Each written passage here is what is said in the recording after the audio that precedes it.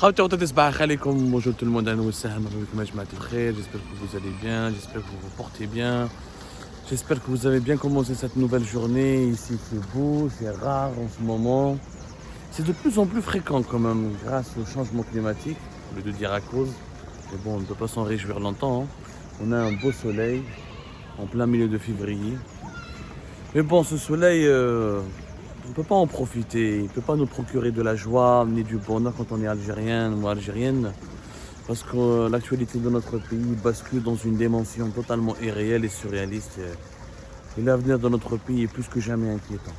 Nous avons vécu l'affaire Bouraoui, l'affaire Algérie Pas, les emprisonnements de Qadi Hassan, les incarcérations de Mustafa Boudjema, Farouk Farrah Meskin, le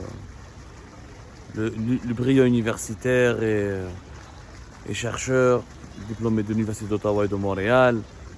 Depuis le début de Farouk Farrah, voilà, j'ai oublié son prénom, je suis complètement perdu, déstabilisé, pardonnez-moi.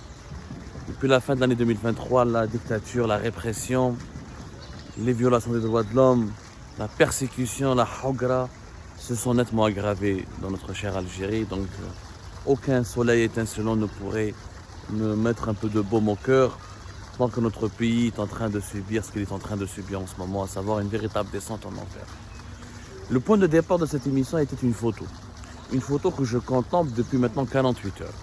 Et cette photo, pour moi, est un cas d'école et plutôt l'illustration, je dis bien, elle est plutôt l'illustration d'un cas d'école qui concerne la persécution ou le processus de persécution mis en place par le régime algérien contre les opposants qui lui tiennent tête. C'est un cas d'école. Je parle de la photo de Rachid Nekez.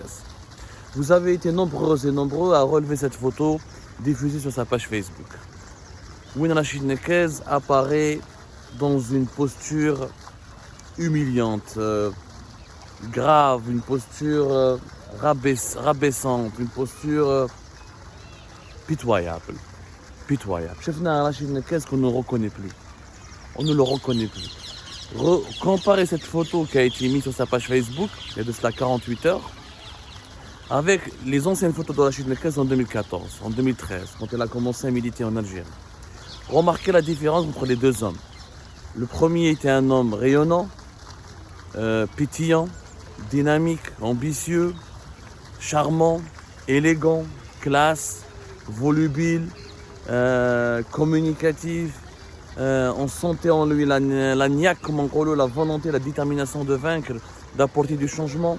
Même si on n'était pas d'accord avec ses idées, même si on peut l'accuser de populisme, on peut l'accuser de sensationnalisme, on peut bien sûr contester sa crédibilité. Rachid Nekez n'est pas tout miel, tout sucre.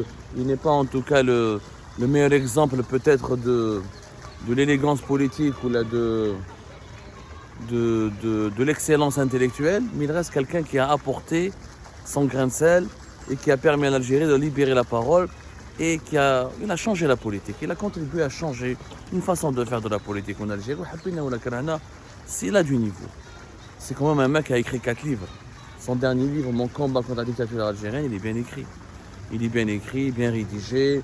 Bien sûr, on peut reprocher les envolées lyriques, égocentriques, l'égocentrisme ou un peu l'individualisme de Rachid Nekez, qui parle trop de lui-même, mais en tout cas, c'est quelqu'un qui a du background, un bagage politique, un bagage intellectuel. Je vois la différence entre les deux hommes. Aujourd'hui, sa dernière photo, c'est 2023, après plusieurs séjours en prison, malade, la prostate, des problèmes au niveau de ses oreilles, d'audition, une oreille pratiquement qui n'est plus opérationnelle, des problèmes respiratoires au niveau de son nez, des problèmes au niveau du foie. Il est devenu un vieil homme. Alors qu'il n'a même pas 60 ans, il a 50 ans et quelques. Il n'a même pas la soixantaine. Rachid Nekez a perdu sa jeunesse, il a perdu sa santé, le visage creusé, la mine défaite, les cheveux blanchis, totalement blancs, les yeux tristes, accablés, les traits de la misère et de la détresse se lisent et se dégagent de son visage. Il n'arrive même pas à esquisser un sourire.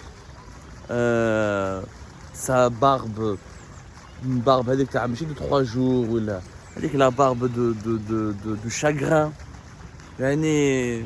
son regard perdu, déboussolé, un regard d'un homme qui est noyé dans son profond malheur.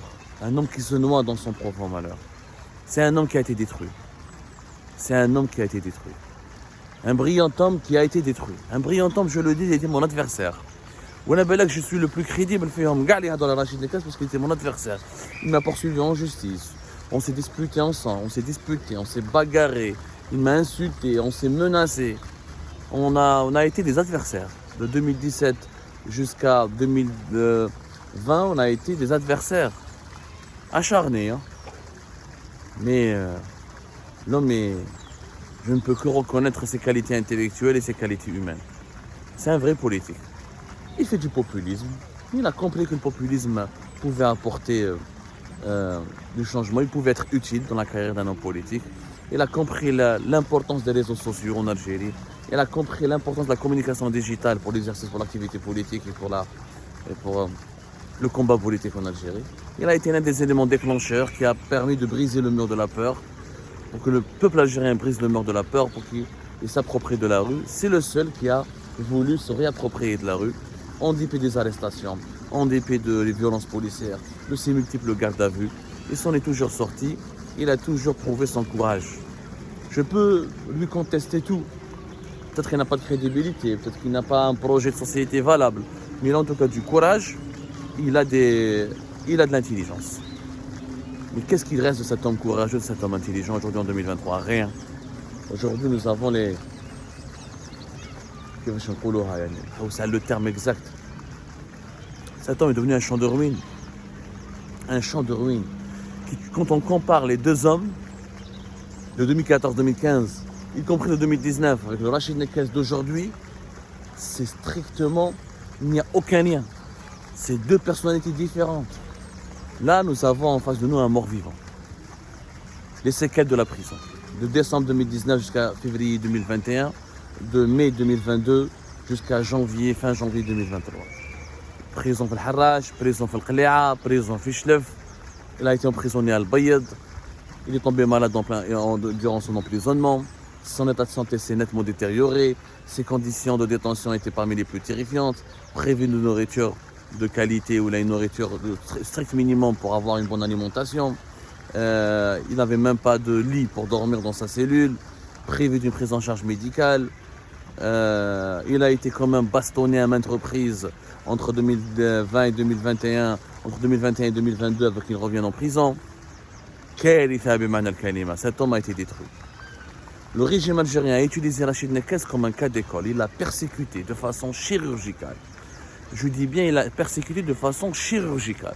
Il l'a rendu malade. Il l'a détenu dans des conditions inhumaines. Il l'a torturé psychologiquement. Il l'a humilié. Il lui a enlevé tout espoir de liberté. Et quand à chaque fois qu'il a été libéré, assigné à résidence, dès qu'il faisait un live, ou un rassemblement, arrestation, bastonnade, violence policière, garde à vue, nouveau séjour en prison. Le régime algérien a été impitoyable avec Rachid Nekes. Impitoyable.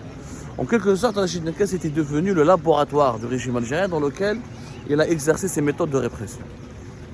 Rachid Nekes, tellement il a été détruit, malade, ni prostate, ni audition, ni difficultés respiratoires, des problèmes au niveau du foie. Et encore, il faudra un diagnostic médical approfondi parce que les séquelles de la prison en Algérie, c'est pas facile à chemin. Moi, je suis un ex-prisonnier. Je suis un Harrach et je sais ce que c'est que le Harrach. J'ai vu les conditions. Quand on dort avec des rats, quand on dort avec la promiscuité, quand on voit comment les cellules sont pleines à craquer, quand on voit les maladies qui circulent dans les prisons en Algérie, quand on voit les intoxications alimentaires à cause de la malbouffe et de la mauvaise qualité des repas, quand on voit comment les gens sont défigurés de l'intérieur, quand on voit l'impact des conditions de détention dans des prisons qui datent de l'époque coloniale sur l'être humain, même le plus dur ne s'en sortira pas. عباكم واش يعيطوا على بريزون الحراش في الجزائر والجزائر يعطوها بوهدمه briseuse d'homme parce que l'homme est brisé quand il rentre à Harrach. Et c'était l'objectif du régime algérien de briser Rachid Nekes. Rachid Nekes, c'est quoi? C'est pas un criminel, c'est pas un délinquant, il n'a pas volé les milliards, il n'a pas détourné l'argent de son attaque, il n'a pas brûlé des pneus, il n'a pas brûlé des commissariats, il n'a pas pris des armes. Il a eu quelques déclarations peut-être politiques un peu radicales, mais il est resté toujours limité au pacifisme du combat politique. Le régime algérien l'a brisé. L'objectif du régime algérien, c'était de faire de Rachid Nekez un homme brisé pour que Rachid Nekez demande, ce qui a été fait en janvier 2023, il demande à ce qu'il ait une grâce présidentielle, il supplie Abdelmadjid Tebboune de lui pardonner et de le libérer. Ensuite, il a été assigné à résidence et on l'interdit de quitter le pays pour retrouver sa famille. Sa femme est franco-américaine et son fils qui vit aux États-Unis d'Amérique. Rachid Nekez a abandonné la nationalité française. Chef les Algériennes et les Algériens, les hypocrites. Ils ont fait un procès d'intention à Amir Abouaraoui à cause de sa nationalité française. Mais où est-ce que vous étiez lorsque Rachid Nekez souffrait tout seul, malade, brisé, humilié, bafoué? Lui, il avait rendu sa nationalité française. Il y a eu un rassemblement fait à Alger, il y a eu des marches, il y a eu des pétitions, il y a eu des actions concrètes. À l'exception d'une minorité insignifiante. Pourtant, il avait rendu sa nationalité française. Ou qui m'a dans sa dernière lettre remise à Tebboune il y a de cela 48 heures ou 3 jours, il n'a aucune nationalité étrangère. Il s'est contenté de sa nationalité algérienne. Il demande juste à revoir sa famille. Même ça, on lui a interdit ça. Vous imaginez, vous êtes en prison, malade, diminué, démoralisé, dégoûté, déprimé, et vous ne voyez même pas votre seul enfant. Moi, je peux comprendre Rachid Nekez parce que je suis dans cette situation. On m'a pris mes enfants depuis 3 ans et j'arrive pas à les voir.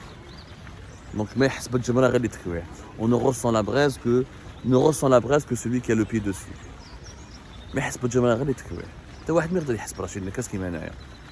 Et maintenant, il a été contraint d'être humilié une deuxième fois pour demander encore une fois l'autorisation d'Abdelmadjid Tebboune pour voyager. En fait, on utilise Rachid Nekez pour démontrer que l'opposition en Algérie n'a aucune dignité, n'a aucun honneur, n'a aucune possibilité d'exister librement. Elle ne peut que vivre dans la servitude. Toute possibilité, tout droit civique élémentaire ne peut être exercé que si la présidence ou le pouvoir donne son autorisation. Rachid Nekez n'a pas été libéré parce qu'il a assigné à résidence. Il y a la police. Donc c'est quoi كما نقولوا حنا بالجزائريه خرج من الحبس الكبير من الحبس الصغير واحد الحبس الكبير de la petite prison à la grande prison. Il ne peut pas avoir droit à une prise en charge médicale de qualité puisque Chlef, ou toutes mes salutations aux habitants de Chlef, le secteur hospitalier là-bas est dans un état catastrophique. Il ne peut même pas aller à Alger, la capitale. Il ne peut même pas aller à Oran. Il ne peut même pas voyager. Il n'est pas libre. Non, il est toujours pris en otage. Et c'est un cas d'école de la persécution en Algérie. Un véritable cas d'école. C'est comme ça, c'est à travers la Chine que le régime algérien envoie un message clair à tous ses autres opposants. On vous écrasera, on vous brisera, on va vous écrabouiller. Personne ne doit nous résister, personne ne doit s'opposer à nous, personne ne doit nous déranger. Si celui qui s'aventure à nous déranger, à s'opposer à notre agenda, ou là à nos intérêts, ou là à notre feuille de route, c'est le même sort que Rachid Nekez, c'est le même sort que subi par Rachid Nekez qui l'attend. Voilà, un cas d'école de la persécution. Et cet homme-là qui a abandonné la nationalité française, parce que c'était apparemment avant la nationalité française, c'est un point, ça dérange parce que quand on fait de la politique, mais ça ne dérange pas quand on est un Mahrez ou un Ferrouli, quand on marque des buts pour l'équipe nationale et on va en Coupe du Monde, et on dépocrisie encore une fois. Celui qui a abandonné sa nationalité française n'a eu il n'a bénéficié d'aucune solidarité, si ce n'est de celle d'une minorité extrêmement insignifiante. Rachid Nekez, cas d'école. Est-ce qu'il y aura d'autres Rachid Nekez? Oui, il va en avoir d'autres. Tant qu'il n'y a pas de changement politique dans notre pays, tant que l'humanisme, le bon sens, la dignité, la pitié, la tolérance, tant que ces valeurs-là n'ont pas été, tant que ces valeurs-là sont absentes au plus haut sommet de l'État en Algérie, et ben il va y avoir d'autres Rachid Nekez. Il y en aura encore d'autres et d'autres et d'autres. Jusqu'à quand? Il n'y a que le peuple algérien qui peut répondre à cette question. C'est comme ça,